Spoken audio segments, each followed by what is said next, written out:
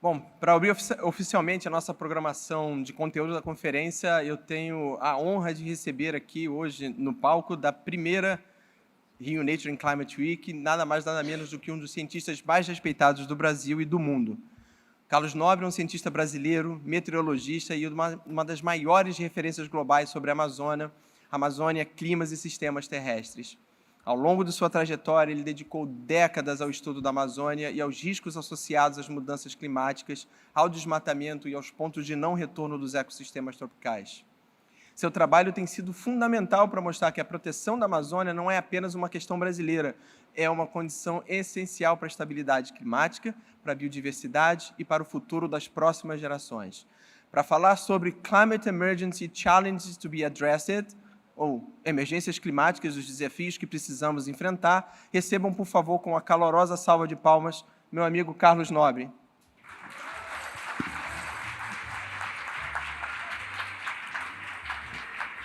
Obrigado, Pepe. Eu vou sentar, mas antes só boa tarde. Boa tarde.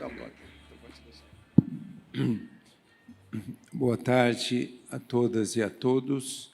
Antes de eu sentar ali para fazer a minha apresentação, deixe só dar as boas-vindas a vocês. E só falar uma coisa importante. Eu, felizmente, estava aqui 34 anos atrás, em 1992, na Eco 92, que também ficou muito conhecida como Rio 92. E foi aquela grande realização dos países para depois se criar os vários grupos das partes dos países para clima, para biodiversidade e para desertificação. E isso 34 anos atrás. E é muito importante que o Rio tenha agora retomado essa importantíssima questão.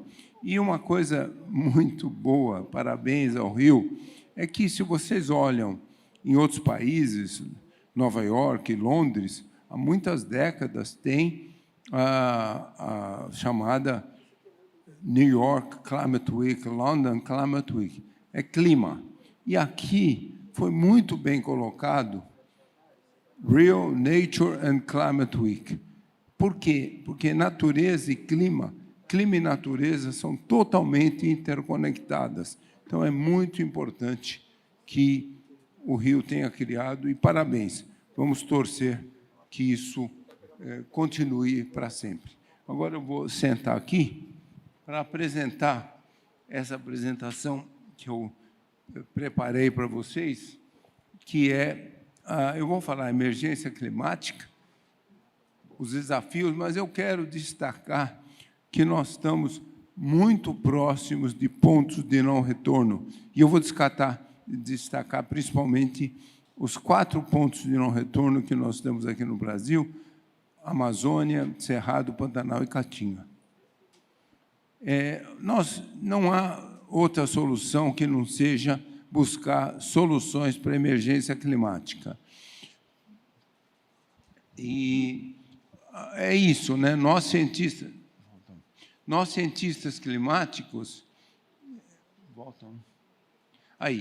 nós nem chamamos de uma mudança climática, é uma emergência climática, né?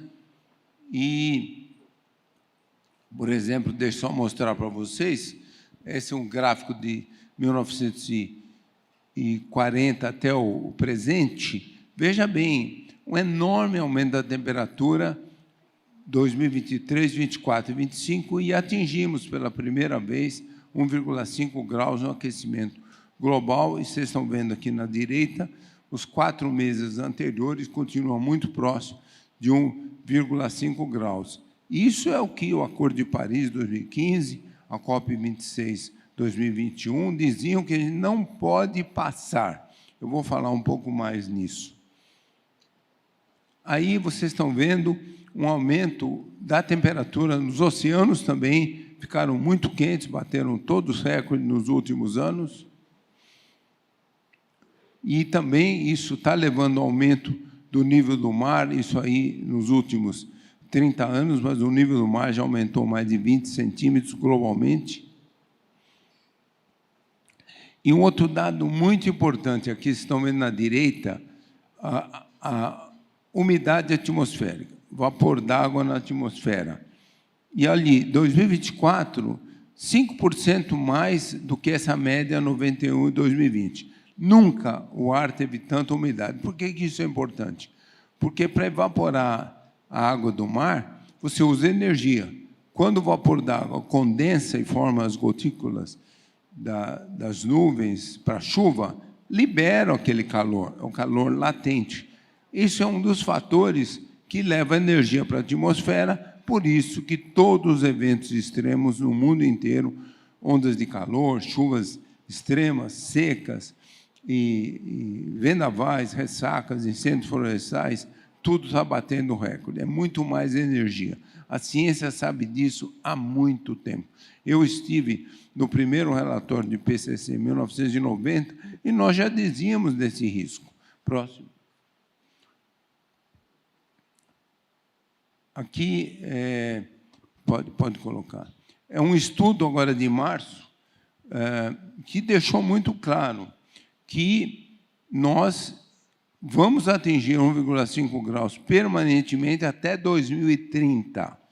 Não mais como é o Acordo de Paris, a COP26, 2050.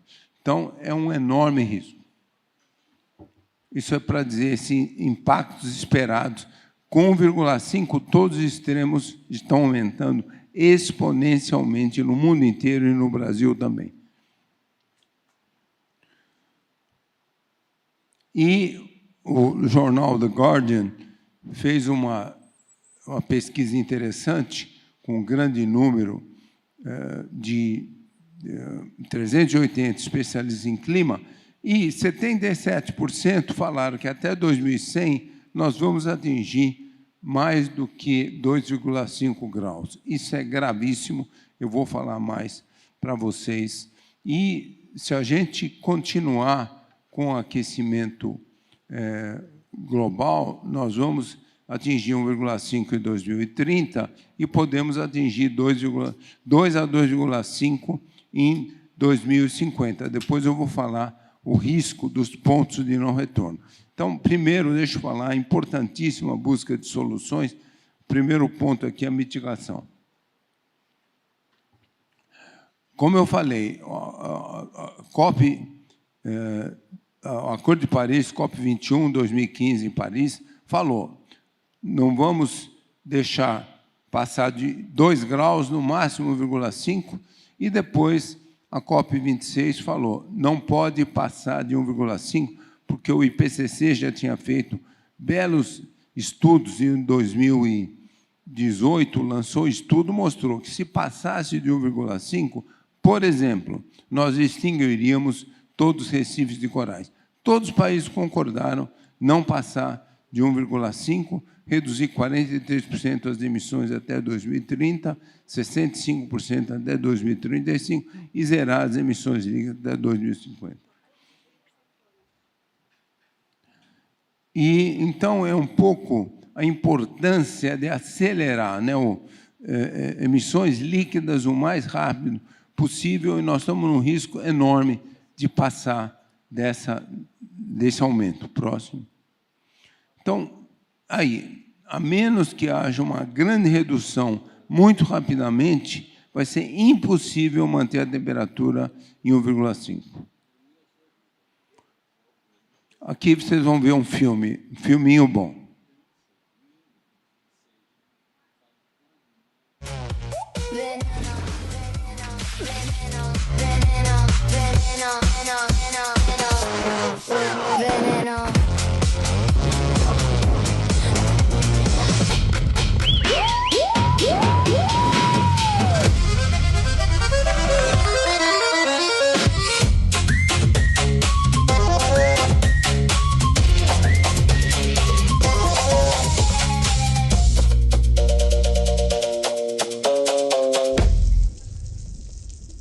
Uma ideia muito linda desse vídeo de zerar rapidamente os combustíveis fósseis e ir para a energia renovável. Inclusive, vocês viram no fim do filme uma grande restauração florestal urbana.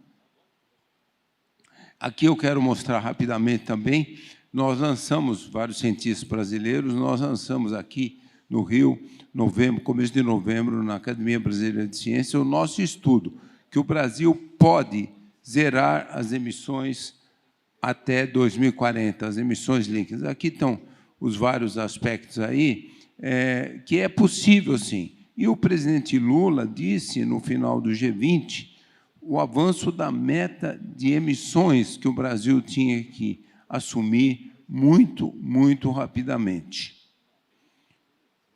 Aqui, só para mostrar para vocês, a emissão média per capita do Brasil, 11 toneladas de gás de efeito estufa, o CO2 equivalente, 70% uso da terra, desmatamentos, agropecuária, e aí, até 2030, nós podemos reduzir. Como? Restauração. O Brasil tem o Plano AVEG de restaurar, no mínimo, 12 milhões de hectares até 2030 e zerar o desmatamento e a degradação em todos os biomas. Ainda até 2030, teríamos ali 1,2 bilhões de toneladas de CO2 equivalente de emissões, principalmente a agropecuária e também ainda um pouco de uso de combustíveis fósseis. E o nosso estudo mostrou que é totalmente factível o Brasil, de fato, chegar em 2040 zerando as emissões líquidas. Como? 100% de energia renovável e limpa, solar, eólica, o hidrogênio verde, biocombustíveis, carros elétricos, etc. E, no lado do uso da terra, buscar acelerar a agricultura... Voltam. Buscar acelerar... Voltam. Aí. Acelerar a agricultura e a pecuária regenerativa, que emitem muito menos, e aí, como ainda a gente vai ter emissão, 400 mil quilômetros quadrados de restauração florestal em todos os biomas para remover o gás carbônico. E, a partir de 2040, nós passaríamos a remover o gás carbônico, essencial para evitar essa emergência climática. Agora eu quero falar o risco que nós temos, os pontos de não retorno. Nós estamos na beira de pontos de não retorno. Hoje, se nós passarmos de 1,5, nós vamos atingir muitos pontos de não retorno, e eu vou contar para vocês um pouco de alguns desses pontos se a gente atingir 2 graus. Próximo. Aí, o mundo, a ciência já mostra uns 25 pontos de retorno biológicos, o gelo derretendo, atmosféricos, hidrológicos, oceânicos, e sempre se olhou a Amazônia. E eu vou falar para vocês que esses 4 biomas, Cerrado, Pantanal, Caatinga e Amazônia, estão na beira do ponto de retorno. Para começar, o que está mais próximo, os recifes de corais, branqueando, 30% estão morrendo. Se a gente chegar a 2 graus, nós vamos perder todos os recifes de corais até 2100, que mantém 25% da biodiversidade oceânica. Esse é o lugar em roxo ali, o lugar que mais tem recifes de corais, na costa da Austrália. Ali tudo está ficando branqueado. Aqui uma foto, 2000, ali em Alagoas, na costa de Alagoas, 2023, a temperatura do oceano atingiu 31 graus e matou uma grande quantidade de recifes de corais. Eu quero falar também de um outro ponto de não retorno. Veja bem, aqui eu estou colocando só aqueles pontos de não retorno que nós vamos perder se a temperatura atingir 2 graus. Um é o solo congelado, Sibéria, Alasca, norte do Canadá, norte da Ásia, chamado permafrost. Congelaram milhões e milhões de anos atrás uma enorme quantidade de gases de efeito estufa, principalmente o metano, que é muito mais poderoso para reter o calor do que o gás carbônico. Já estão descongelando, liberando esses gases. Se atingirmos 2 graus, até 2100, nós vamos liberar mais de 200 bilhões de toneladas, tornando impossível manter a temperatura em 1,5 graus. E um outro que nós estamos muito próximo do ponto de não retorno é os mantos de gelo na Groenlândia e na Antártica acelerou muito com o aumento da temperatura e isso é um fator muito importante no aumento do nível do mar. Se nós atingirmos 2 graus, até 2100 o nível do mar pode subir até 1,5 metro, em 200 a 300 anos, 6 a 7 metros de aumento do nível do mar. Na Groenlândia, aí assim, e também a Groenlândia e a Antártica, como eu mencionei, e tem um outro bem complexo, que é essa circulação meridional revolvente do Atlântico, e é uma circulação oceânica muito importante. Ela está ficando mais fraca e ela pode perder até em 50 anos. Isso vai mudar o clima de todo o planeta, inclusive impacta a Amazônia. Aqui, agora sim, eu quero falar para vocês do risco de pontos no retorno desses 4 biomas brasileiros.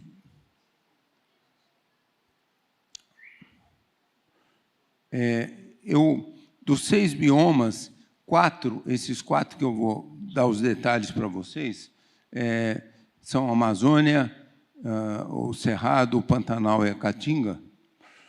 E eu não vou dar todos os detalhes aqui, que eu vou dar enquanto eu vou mostrando os 4 biomas. E deixa eu começar com o Cerrado. O Cerrado, nós temos aí 2,2 milhões de quilômetros quadrados e um lugar aqui no Brasil, 2 milhões de quilômetros quadrados, a savana tropical mais biodiversa do mundo, e nós temos aí 50 milhões de habitantes brasileiros, um ecossistema muito, muito importante. Essa linda foto. E o que nós estamos vendo? Essa região do Cerrado já começou a ter 52% já foram desmatados, muito para a pecuária, agora muito para a soja, e então é um risco muito grande. E aí vocês vão vendo a região nas últimas décadas, Mato Piba, Maranhão, Tocantins, Piauí e Bahia, um grande aumento do desmatamento dessas áreas, principalmente nos últimos anos a monocultura da soja. É isso, deixa aí. É só para mostrar, não, volta um. Só para mostrar para vocês, olha só o que está acontecendo. No Cerrado, a temperatura média já subiu 1 grau pelo desmatamento, em alguns lugares até 3,5 graus, e a evapotranspiração já reduziu 10% em todo o Cerrado, em alguns lugares até 44%, porque a soja ela recicla muito menos água que o Cerrado. E também os incêndios florestais aumentaram demais no Cerrado. E aqui eu quero mostrar por que o Cerrado está na beira do ponto de retorno. O que vocês estão vendo na direita é a Caatinga. A Caatinga está se estendendo para o Cerrado. Olha o que aconteceu. Compara 1961-90 com 90-2010. Nos últimos 30 anos, a Caatinga já se estendeu 230 mil quilômetros quadrados para o Cerrado. Se a gente passar do ponto de retorno, nós vamos até 2070, nós vamos perder até 70% do Cerrado, vai virar Caatinga. Aqui eu quero mostrar a Caatinga também. Nós temos ali também um bioma muito importante, é o único do Brasil. Ali vivem 27 milhões de pessoas, uma imensa biodiversidade. Aí vocês estão vendo as várias formas aí da fisionomia da Caatinga em vários locais. Há risco da Caatinga desaparecer? Olha o desmatamento da Caatinga, como ele tem subido, já tem 48% da Caatinga já foi desmatada. E estudos estão mostrando um avanço na desertificação no nordeste do Brasil, ali na Caatinga, um risco muito grande. 62% tem risco de desertificação, 80% da área já foi afetada, como eu falei, 48% já foi desmatado, e o fogo também, e muito pouco de unidade de conservação, só 9%. Aqui vocês estão vendo algumas fotos que parecem um deserto, né? Isso, o próximo. Eu quero só mostrar o estudo que nós fizemos, mostrando vermelho ali é Caatinga, e se a gente tem aquecimento global, o primeiro gráfico ali é baixas emissões, médias emissões, ou da ponta direita, altas emissões. E o nosso estudo mostrou, se tivermos altas emissões, o clima muda tanto na Caatinga que 50% vira semideserto. Esse estudo só foi aquecimento global, não olhou desmatamento. Próximo.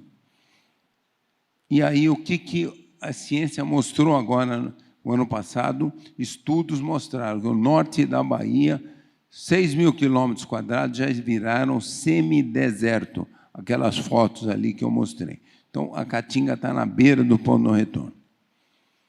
Pantanal também é a área alagada maior do mundo, um ecossistema muito importante. Ali vivem 3 milhões de habitantes, uma enorme biodiversidade.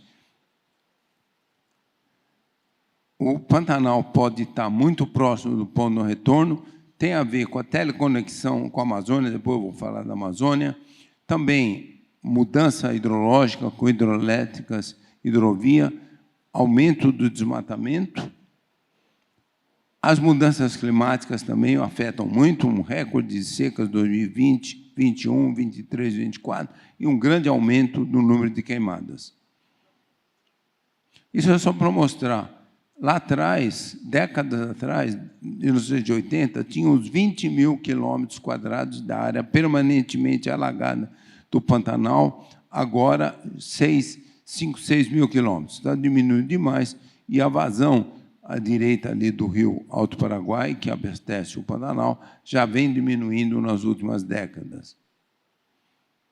Aqui, só para vocês verem também, o fogo também, 2020, 2021, afetando uma enorme área do Pantanal.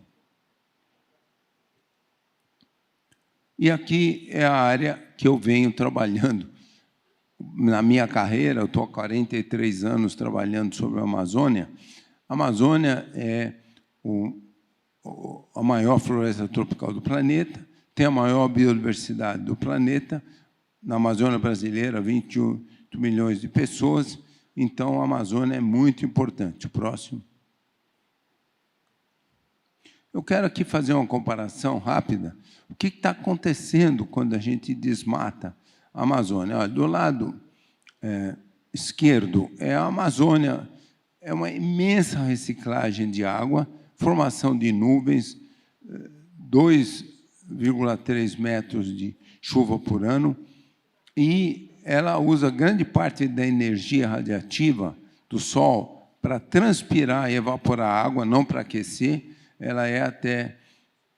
A temperatura máxima é 5 graus menos do que numa pastagem à direita, e ela recicla muito a água bem. E só para mostrar um dado para vocês, é uma coisa única a evolução ecológica da floresta amazônica. Quase toda a floresta amazônica, ela evapotranspira mais água na estação seca. 4 a 4,5 litros por metro quadrado por dia. E durante a estação chuvosa, 3,5. Aí, quando você vai...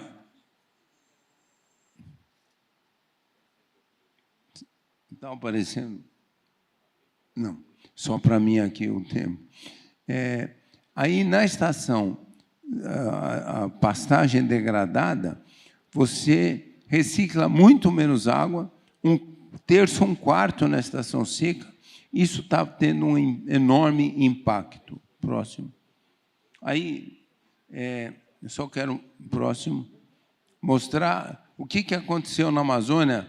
O aquecimento global em vermelho ali está afetando muito, mas o resto tem muito a ver com, desde a ditadura militar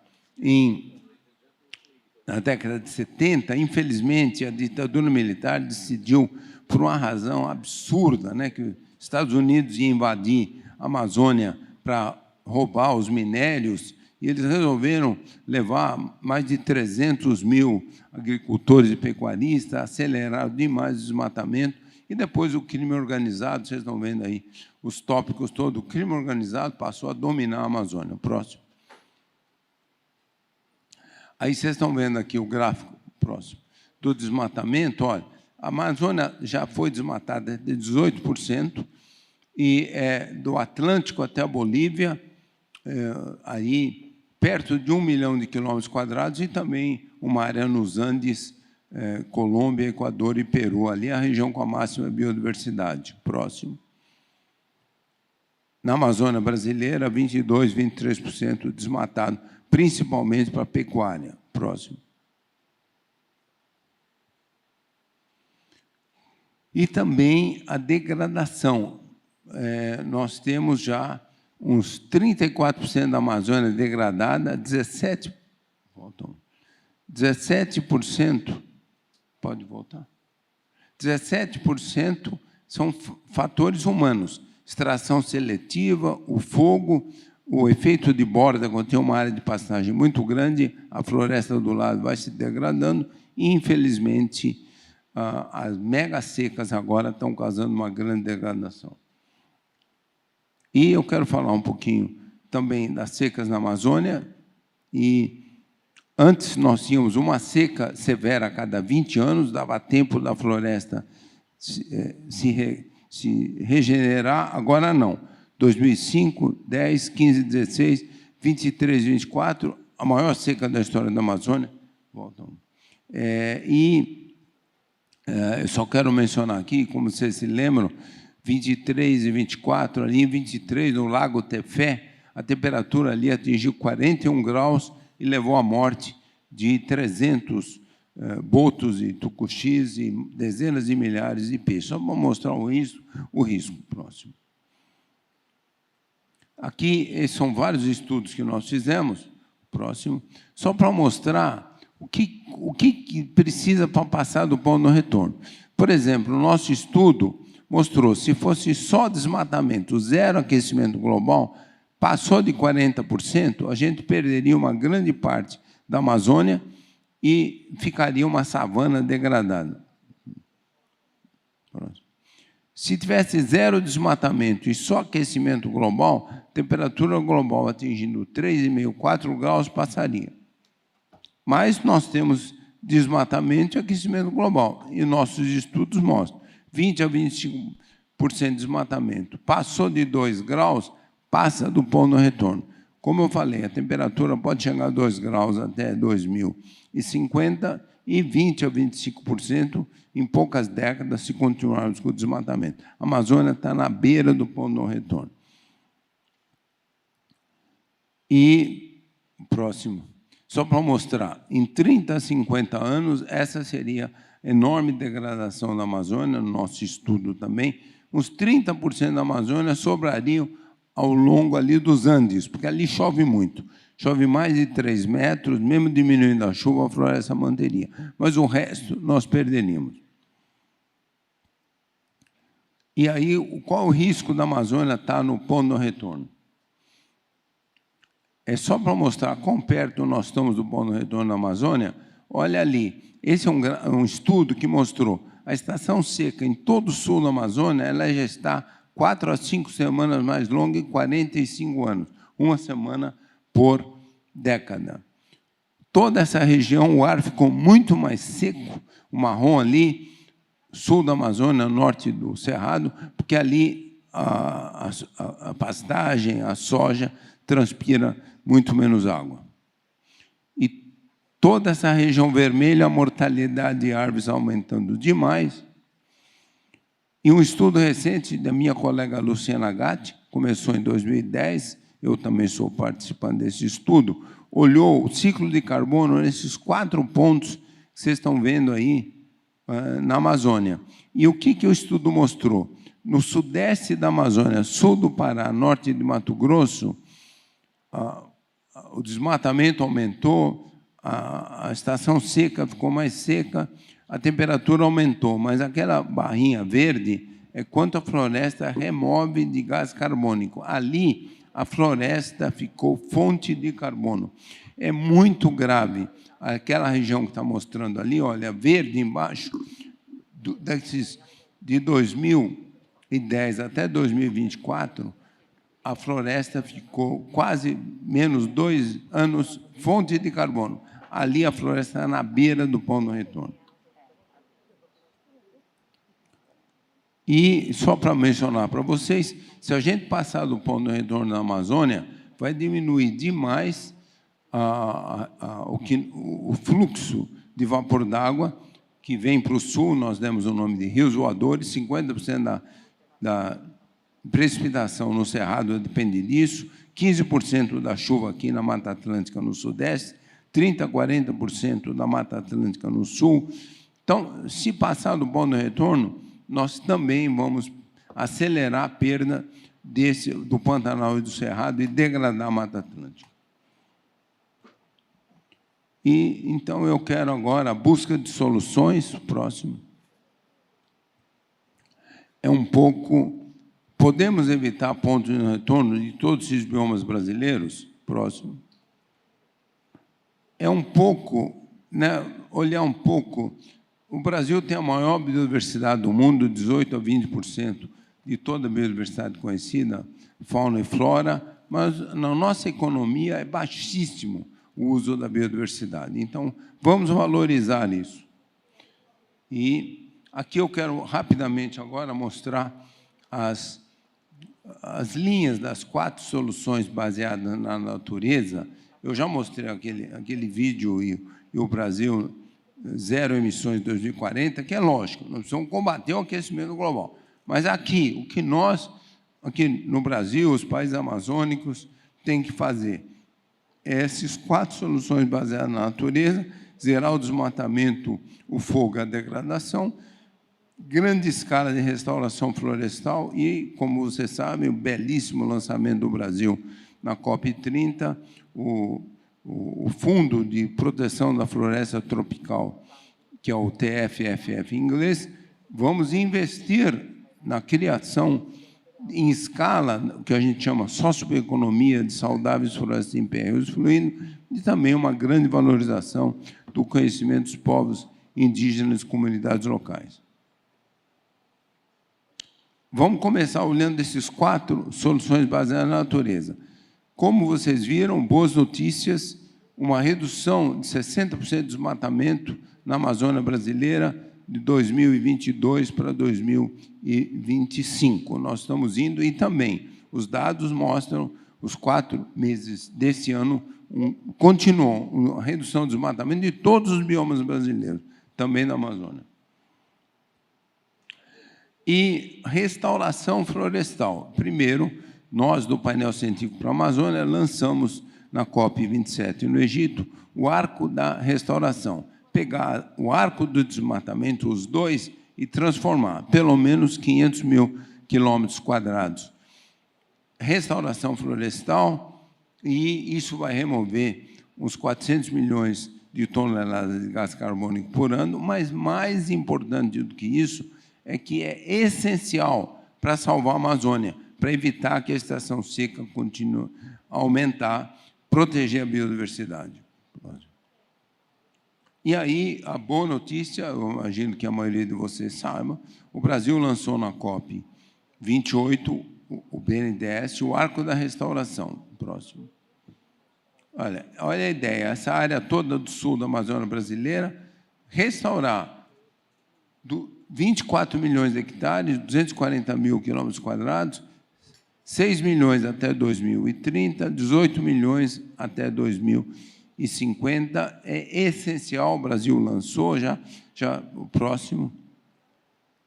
É só para mostrar, felizmente, esse projeto ele faz doações para restaurar as áreas desmatadas de territórios indígenas, quilombolas, ribeirinhos, resex, e já gastou aí 332 milhões de reais, doações para restaurar, já está restaurando ali 11 mil hectares dessas áreas importantes restaurar também. É lógico, dá uma grande escala para toda a Amazônia. E, lógico, vocês se lembram muito bem, um belíssimo lançamento desse Fundo para Florestas Tropicais para Sempre, durante a COP30, o próximo. E o Brasil conseguiu lá na COP30 um pouco mais de 6,5 bilhões de doações. Não são doações, é fazer um fundo de investimento. Chegar a 125 bilhões, 25 bilhões de governos e filantropias, 100 bilhões do setor financeiro, financiar financiamento só de ações renováveis, por exemplo, energias renováveis, e dali tirar 4% por hectare, 4 dólares por hectare por ano, e aquilo vai para todos os países, 11 milhões de quilômetros quadrados, o Brasil aqui tem a maior parte de floresta, e depois 4 dólares por hectare por ano, 20% disso para os povos indígenas, quilombolas. Então, nós temos que torcer muito que esse projeto seja implementado. Eles têm uma expectativa que até 2035 isso existirá. É essencial. E, lógico, também como começar a dar escala, né, dessa sociobioeconomia, baseada na sociobiodiversidade, com os povos amazônicos, juntar o conhecimento científico com o conhecimento dos povos indígenas, comunidades locais, e criar inovações tecnológicas. Só para mostrar um gigantesco risco, fizemos um estudo também que mostrou todos os produtos da biodiversidade mais rica do mundo, a nossa, é 0,4% do PIB. Um produto, carne bovina, 6% do PIB, 15 vezes mais. O principal fator de desmatamento de todos os nossos biomas. E fizemos esse estudo, o mesmo estudo para a Amazônia. Olha, a Amazônia é a maior biodiversidade, 13% de toda a biodiversidade do mundo, 1,2% do PIB, açaí número 1, o cacau, a castanha, etc. 1,2%. Um produto, carne bovina, 90% dos desmatamentos vem da pecuária, 17% do PIB. Então, eu quero mostrar o desafio que nós temos. E também o nosso estudo mostrou, olha, a comparação do lucro e da quantidade de empregados dos sistemas agroflorestais com pecuária e com soja. Olha lá, lucro, 300, 700 dólares por hectare por ano, perto de até 100 e até 300 pecuária e soja, muito mais economicamente lucrativo. E olha o número de funcionários. 1 a 2 empregados em 100 hectares pecuária, mecanizada, soja, meio a 1, e sistemas agroflorestais, 20 a 40, muito melhor economicamente e também muito mais empregados. Os cooperados dessas cooperativas lá na Amazônia atingiram a classe média. Então, só para mostrar que nós temos que dar escala para essa socioeconomia. E aqui, olha o número de biofábricas, muito pouco. Nosso estudo mostrou um número, 187 biofábricas dos produtos da biodiversidade em toda a Amazônia brasileira. E só para comparar com vocês com o açaí, que é o produto de mais venda da Amazônia, toda a Amazônia brasileira em particular, ele já é uma economia de 18 bilhões de dólares em todo o mundo, inclusive várias fábricas de açaí aqui no Sudeste, mas volta para a Amazônia só 1,8 bilhões. Então, só para mostrar a importância de agregar valor da industrialização dos produtos da biodiversidade. E nós criamos o Amazônia 4.0 e, inicialmente, um laboratório de capacitação para cacau e cupuaçu para fazer chocolate e cupulate. Já capacitamos 4 comunidades, vamos capacitar a 5ª agora, começando esse mês, próximo. Esse é um laboratório, energia solar, processos resíduos e vamos dizer assim, uma tecnologia muito moderna para garantir um chocolate de altíssima qualidade. E agora estamos construindo a primeira biofábrica onde, na comunidade indígena Paiter Suruí, vocês estão vendo ali o líder Almir Suruí, estão acabando de construir a biofábrica, vamos inaugurar no começo de julho, e eles vão produzir até 250 quilos de chocolate por dia. Primeira comunidade indígena da história da América Latina que vai juntar o conhecimento deles com a indústria 4.0, mantendo a floresta. Então, e vamos também fazer, agora em breve, um laboratório para a industrialização da castanha do Brasil. E também um enorme desafio, mas nós estamos, 2022, 2023 até agora, começamos a desenhar o Instituto de Tecnologia da Amazônia. Eu estudei no ITA e fiz meu doutorado no MIT. O Brasil é a terceira maior empresa de aviões do mundo, a Embraer. Por quê? Por causa do ITA. Então, a gente precisa ter esses institutos de tecnologia. O ITA agora foi para Fortaleza para fazer energias renováveis, bioengenharia. Então, esse é um sonho, criar um Instituto de Tecnologia na Amazônia, que se fixaria nessas 5 grandes áreas: águas na Amazônia, como desenvolver a infraestrutura sustentável, como restaurar esse mais de 1 milhão de quilômetros quadrados desmatado, degradado, e a socioeconomia que eu mencionei, e também melhorar muito a qualidade de vida das populações. O estudo de viabilidade está pronto, é panamazônico, desenhamos 6 polos de inovação, 3 no Brasil, 1 na Colômbia, Peru, outro Peru e Bolívia, e também lançamos na COP30 o estudo Saberes, como trazer para dentro desse instituto o conhecimento dos povos indígenas, comunidades locais. E eu quero falar muito também o conhecimento científico, como mencionar isso com o conhecimento dos povos indígenas e comunidades locais. Olha, a nossa grande líder, Sônia Guajajara, está aqui, parabéns. Os indígenas chegaram na Amazônia 13, 14 mil anos atrás, desenvolveram uma belíssima ciência indígena, utilizaram mais de 2.300 produtos da biodiversidade, desenvolveram o sistema agroflorestal, quase 1.500 plantas medicinais, 250 frutas comestíveis. Então, essa é a ciência belíssima. Os quilombolas, quando foram para lá, mantiveram também. Então, esse é o que nós temos que nos basear. E também eles domesticaram, vocês estão vendo aí vários produtos que foram domesticados por milhares de anos. Então, nós temos muito que aprender com os indígenas.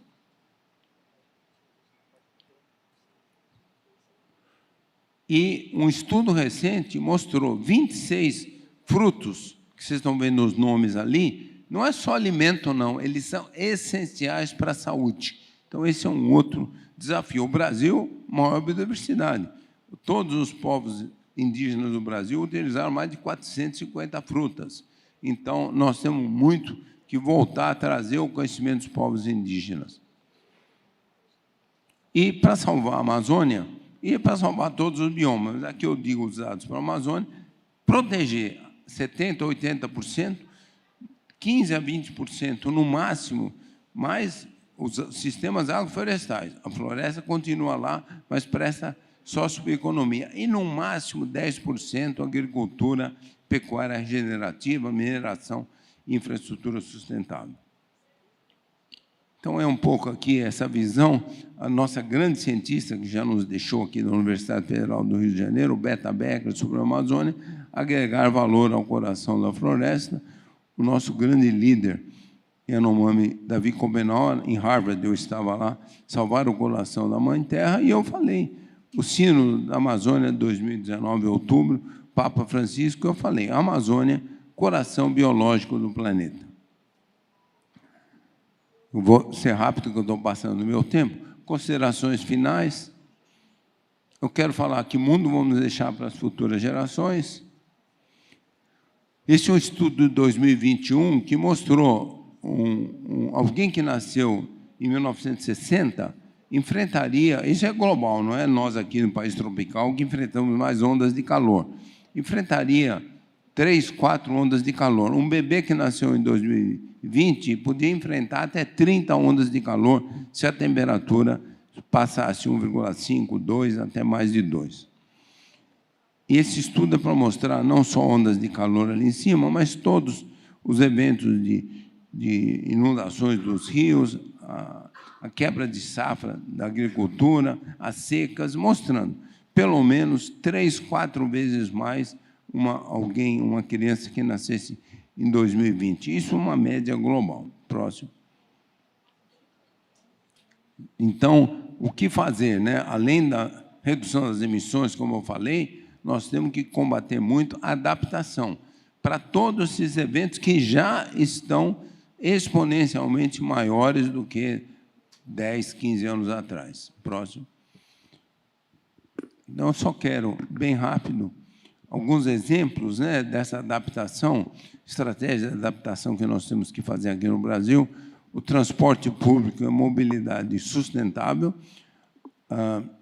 a poluição do ar pela queima dos combustíveis fósseis aqui no Brasil, o diesel, leva no mundo a 7 milhões de mortes.